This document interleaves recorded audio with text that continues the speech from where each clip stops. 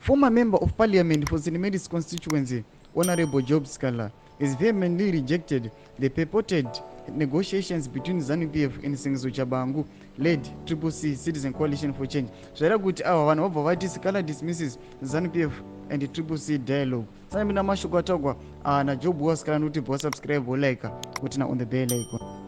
Saka Mchinzi, since the resignation of CCC founding president Nelson Chamisa earlier this year, citing extensive infiltration by Zanu-PF operatives, there have been speculators of the party's alignment with the ruling regime.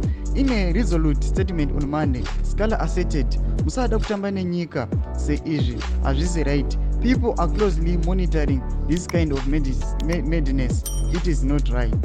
Sikhala's words reflect the deep concern among opposition supporters regarding the alleged collaboration between CCC and Zanu-PF. Sanoza tukunoti our Job Sikhala is now advocating for change at Mr. Dialogue yangaitika pakati pe CCC ne Zanu-PF achiti aiwa zvamuri kuita izvi people are watching, vanhu vari kuzviona, musatomboita move asangana nebasa rese noda kwokuti maybe toshandisa opposition sesu tinozo-opposa sei the ruling party. Ndo mashoko ari kutaurwa pana Job Sikhala. Sachimbotudze mafungiro enyu noti kudii pamusoro mashoko aJob Sikhala. Munoiziva situation yaJob Sikhala, anga ari musungwa aiwa now izvi zvapanga achisika treatment nekuti pema health issues anga anawo. Sabine comment section medu kutidze mafungiro enyu, musangano subscribe like, send on the bell icon.